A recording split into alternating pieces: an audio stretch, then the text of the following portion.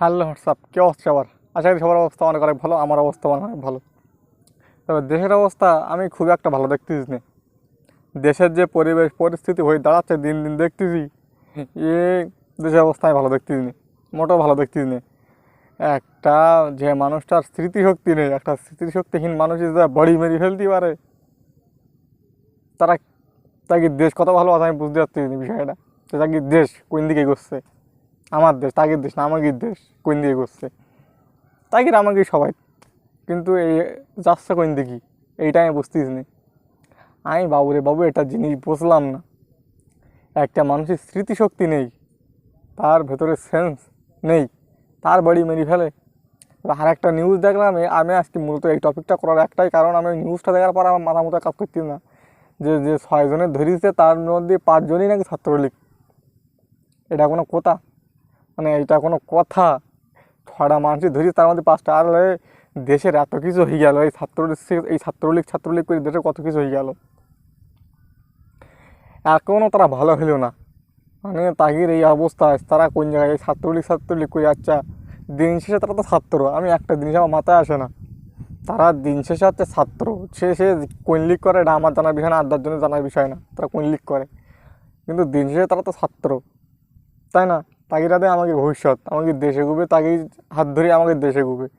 তারা পড়ালেখা করবে, বড় বড় পোস্টে যাবে, বড় বড় জায়গায় থাকবে, বড় বড় ডিল তারা করবে, তারা বড় বড় ডিল ফাইনাল করবে, ভালো কাজের ডিল করবে তারা, তাগির হাতে আমাদের দেশ সামনে এগোবে। তারা ছাত্র দিন শেষে লিক মিক করে মারামারি করে কী দরকার?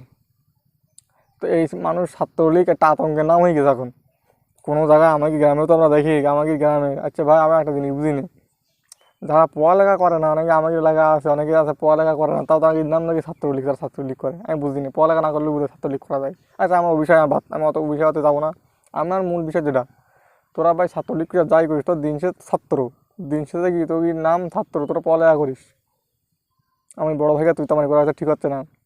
তোমরা পড়ালেখা করো, তোমরা বড় বড় পোস্ট ডিল করবা, বড় বড় জায়গায় ডিল করবা, বড় বড় বড় মানে বড় বড় জায়গা তোমাকে থাকবে, তোমাকে হাত থাকবে বড় বড় জায়গায়, পড়ালেখা করিয়ে বড় বড় জায়গায় যাবা। তা না করিয়ে আজ তোমাদের এই অবস্থা, মারামারি কাটাকাটি হানাহানি। আরে ভাই এত কিছু হয়ে গেল, তাও তাকে স্বভাব পরিবর্তন হচ্ছে না। আমি বুঝলাম না বিষয়টা কি। একটা দেশ কি করে হবে আমি বুঝতে পারছি না। একটা দেশ, একটা জাতি কীভাবে সভ্য জাতি হয়ে উঠবে আমি বুঝলাম না।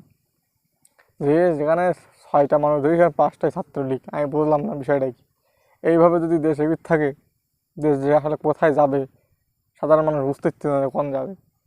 বুঝতে পারবো না, স্বাভাবিক মানুষ বুঝতে পারছে যে আসলে দেশ এইভাবে যদি যাইতে থাকে, আরে ভাই আগে নিজের মন ভালো করতে হবে, নিজের আত্মা পরিশুদ্ধ করতে হবে। আর 5জন মানুষ ঠিক আসছে না বললে আমি ঠিক হবো না এমন, নিজের জায়গাতেই ঠিক হবো না ভাই।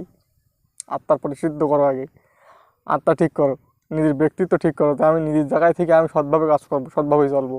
কিন্তু সবাই নিজের থেকে সৎই উঠে না, আস্তে আস্তে সব কিছু পরিবর্তন হয়ে যাবে।